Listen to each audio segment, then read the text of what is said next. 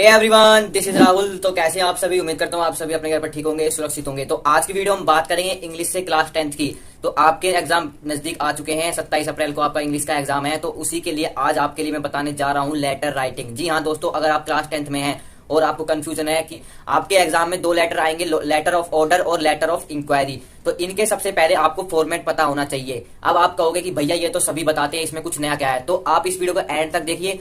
इतनी easy way में आपको समझाऊंगा कि आपको आज तक किसी ने नहीं बताया होगा। लास्ट में आपको एक एग्जांपल भी कराऊंगा, लेकिन स्टार्टिंग में आपको उसका फॉर्मेट पर ध्यान देना है कि किस तरह से आपको फॉर्मेट लिखना है लेटर ऑफ इंक्वायरी का और लेटर ऑफ ऑर्डर का। दोनों ही लेटर इस वीडियो में आपको बताऊंगा, तो वीडियो को एंड तक जरूर देखना। तो चलिए बिना देरी के वीडियो स्टार्ट करते हैं। तो सबसे पहले आपको स्क्रीन पर दिखाई दे रहा होगा लेटर ऑफ इंक्वायरी का फॉर्मेट। तो एक एक करके हम इनको डिस्कस करते हैं, ज्यादा देर नहीं लगेगी, मुश्किल से 5 मिनट भी नहीं लगेगी। आप लोग जानते हैं कि लेटर ऑफ इंक्वायरी और लेटर ऑफ ऑर्डर दोनों ही आपके फॉर्मल लेटर है, तो इनका फॉर्मेट भी फॉर्मल लेटर वाला ही होगा। सबसे पहले आपका आएगा सेंडर एड्रेस। सेंडर एड्रेस यानी कि आप है जो आप भेज रहे हैं, जिसको भी इंक्वायरी, जिस चीज की भी आपको इंक्वायरी चाहिए, तो सबसे पहले आप अपना एड्रेस में लिखेंगे। उसके बाद आपको एक स्पेस छोड़कर, या उसको कह सकते हैं एक लाइन छोड़कर, आपको डेट लिखनी है। डेट उस दिन लिखनी है जिस दिन आप एग्जाम में लिख रहे होंगे अपना एग्जाम।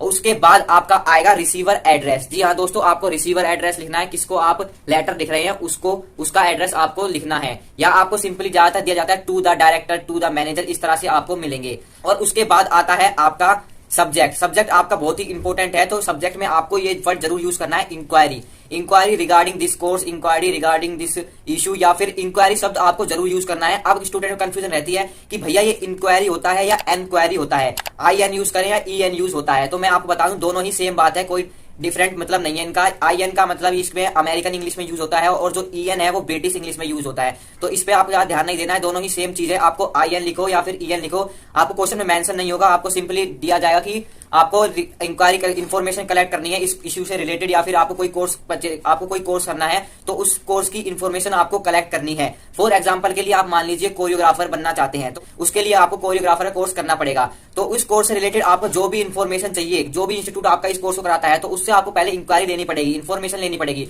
तो इस टाइप लेटर को आपको इंक्वायरी लेटर कहा जाता है। इसमें इंक्वायरी में आपको क्या क्या आएगा कि एडमिशन प्रोसेस क्या होता है, एलिजिबिलिटी क्राइटेरिया क्या होता है, क्या फीस है, इस तरह की जितनी भी आपकी उस कोर्स से रिलेटेड इन्फॉर्मेशन होती है, वो सब आपको कलेक्ट करनी पड़ेगी। तो एक एक करके आइए डिस्कस करते हैं। हमने बात कर ली थी आपको सब्जेक्ट में इंक्वायरी शब्द जरूर यूज करना है। उसके बाद आती है आपकी सैल्यूटेशन। सैल्यूटेशन में आप भाई रिस्पेक्टेड जरूर लगा देना, थोड़ी रिस्पेक्ट जरूर देना, चेक करने वाला भी खुश हो जाएगा। तो आपको रिस्पेक्ट जरूर लगाना, रिस्पेक्टेड सर या रिस्पेक्टेड मैडम।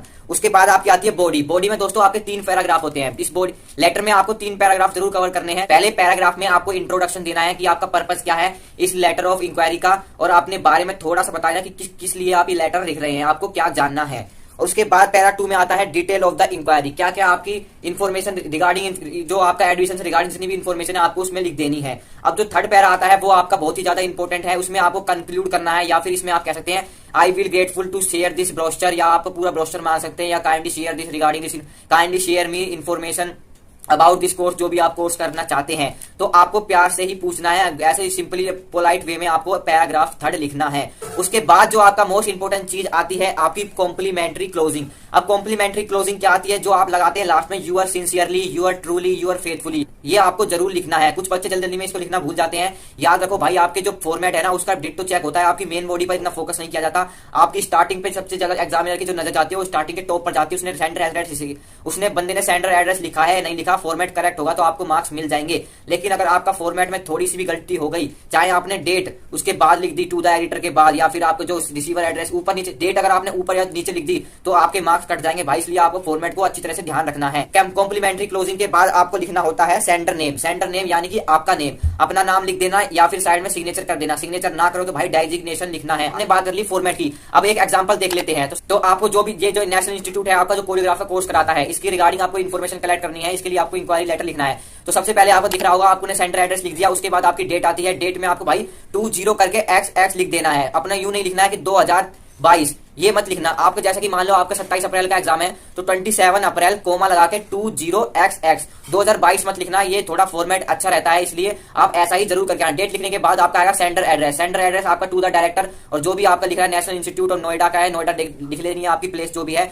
सब्जेक्ट में आपको लिख देना है कि inquiry about the choreography course, इस तरह से आपको लिख देना है। और जो भी आप लिखो भाई अच्छी राइटिंग में लिखना कि ये सामने वाले को समझ में आए। सैल्यूटेशन डालने के बाद आपकी डियर सर, रिस्पेक्टिव मैडम या रिस्पेक्टिव सर आप कुछ भी डाल सकते हो। फिर आपको जैसा कि मैंने आपको बताया कि इंट्रोडक्शन से अपने बारे में स्टार्ट करना है, किस पर्पज से आप इंक्वायरी लिख रहे हो, और मेन 3 पैराग्राफ में आपको डिवाइड कर लेना है जैसा कि मैंने आपको फॉर्मेट में बताया है। पहले में आपका इंट्रोडक्शन आएगा, दूसरे में आपकी मेन बॉडी आएगी और तीसरे में आपका कंक्लूड, जो आपको kindly I will glad to grateful you send me the information about this course, ये सब लिख देना। उसके बाद आपका कॉम्प्लीमेंट्री क्लोजिंग जैसे योर फेथफुली योर ट्रूली।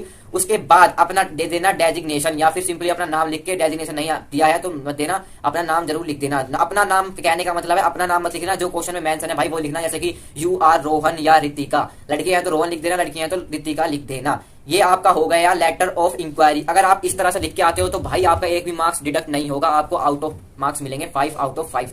तो अब हम बात कर लेते हैं आपके लेटर ऑफ ऑर्डर की। जैसा कि आपको नेम से पता चल रहा है, किसी चीज का ऑर्डर देने के लिए लेटर लिखा जाता है। सबसे पहले आपका सिंपल सेम ही रहेगा, जो आपका लेटर इंक्वायरी में था वही आपका फॉर्मेट रहेगा, लेकिन इसमें सब्जेक्ट में चेंज आ जाएगा। जैसा कि आपका इसमें ऑर्डर आ रहा है तो इसमें भी आपको ऑर्डर शब्द यूज करना पड़ेगा। Placing an order for the electrical appliance, placing an order for the library books, placing an order for the कोई भी समथिंग, जो भी आपको ऑर्डर करना है वो प्लेसिंग ऑर्डर शब्द आपको यूज करना है, और आगे जो भी आपको मंगाना है, जिस भी ऑर्डर करना है वो लिख देना है। इसमें आपको एक चीज याद रखनी है, कोटेशन दिया होता है कि आपको डेट डालनी पड़ती है, रेफरेंस में लिखना पड़ता है। जैसे कि आप डियर सर लिखेंगे, उसके बाद आपको लिखना पड़ता है with your reference. Quotation date आपको लिख देनी है। कोटेशन डेट आपको 3-4 दिन पहले की लिखनी है। जैसे कि 27 अप्रैल को आपको एग्जाम है तो मान लीजिए आप 21 से 22 अप्रैल का लिख देना कि आपने कोटेशन भेजा था। कोटेशन मतलब आपको अपनी इन्फॉर्मेशन भेजी थी कि मुझे ये चाहिए। उसके बाद आप अपनी क्वांटिटी भेजोगे, अपने प्रोडक्ट्स भेजोगे। इसमें आपको टेबल बहुत ही जरूरी है बनानी। अपने लिख देना है आपको with your reference, quotation date ये लिख देनी है। आज लिख देना है कि I want to place an order for following items. Electrical item है तो इलेक्ट्रिकल का लिख देना। आपको बुक्स मंगानी लाइब्रेरी की, बुक्स फैंस, इलेक्ट्रिकल अप्लायंस में आपको फैंस है, एसी है, कूलर है, वहां लिख देना है। साइड में आपका क्वांटिटी आया, क्वांटिटी लिखनी है। उसके साइड में अगर ब्रांड लिखना चाहो तो ब्रांड लिख सकते हो, तोशिबा का, फिलिप्स का मंगाना है, बजाज का मंगाना है, एलजी का मंगाना है, ये सब जो ब्रांड्स होती है ये भी लिख सकते हो आप, थोड़ा अट्रैक्टिव लगेगा। उसके बाद आपको इंपॉर्टेंट चीज लिखनी चाहिए कि भाई इसकी जो पैकिंग है अच्छे से होनी चाहिए। अगर कोई भी डिफेक्टिव पीस आया ये आपकी रिस्पॉन्सिबिलिटी है, तो ये आपको जरूर लिखना होता है। इसमें भी आपको कॉम्प्लीमेंट्री क्लोजिंग करनी होती है, your faithfully yours truly your sincerely, ये आप जरूर लिख के आना। और लास्ट में अपना नाम लिख देना, डेजिग्नेशन वगैरह लिख देना। सिंपली आपका सेम ही है, लेकिन इसमें जो आपको टेबल बनानी पड़ती है और जो इंक्वायरी लेटर था उसमें टेबल नहीं बनानी पड़ती। और इसमें आपको प्लेसिंग ऑर्डर शब्द जरूर यूज करना है, और इंक्वायरी में इंक्वायरी वाला शब्द जरूर यूज करना है। ये आपके लिए बहुत ही ज्यादा इंपॉर्टेंट है। अगर आप इस तरह से लिखेंगे तो भाई आपका एक भी मार्क्स नहीं कटेगा और आप अपने एग्जाम में अच्छा स्कोर कर लोगे। तो इसी तरह से आपके लिए वीडियो आती रहेंगी। तो अगर आपने अभी तक चैनल को सब्सक्राइब नहीं किया है तो भाई सब्सक्राइब करके बेल आइकन को प्रेस कर लेना। और वीडियो इन्फॉर्मेटिव लगी हो, हेल्पफुल लगी हो तो भाई वीडियो को लाइक करके अपने दोस्तों में शेयर कर देना। तो see you in the next video, तब तक के लिए गुड बाय।